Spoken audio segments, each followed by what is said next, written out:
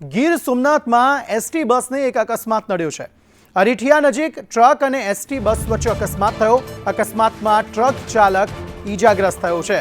ST બસમાં સવાર તમામ મુસાફરો સુરક્ષિત છે। કોડીનાર એભલવડ જૂનાગઢ એસટી બસને આ અકસ્માત નડ્યો છે। ગીર ગઢડાના હરમડિયા અને જૂનાગઢ વચ્ચે આ એસટી બસ દોડે છે। કુલદીપ પાઠક વધુ માહિતી આપી રહ્યા છે। કુલદીપ, જણાવશો શું વધુ વિગતો આ સમગ્ર મામલે?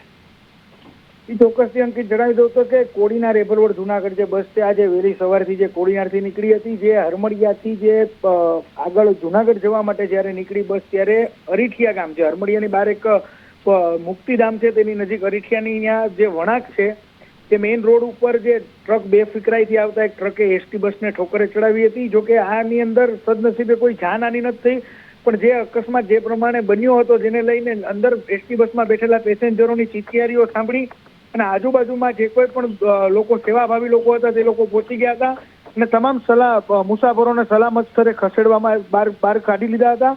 ત્યારે હાલ તો કોઈ મોટી ઈજાના જાણવા મળતું નથી। ત્યારે ટ્રક ડ્રાઈવરને જે સામાન્ય ઈજાઓ થઈ છે તેને લઈને તેને સારવાર અર્થે 108 મારફત દવાખાને ખસેડવામાં આવ્યો છે। આભાર સમગ્ર માહિતી આપવા માટે।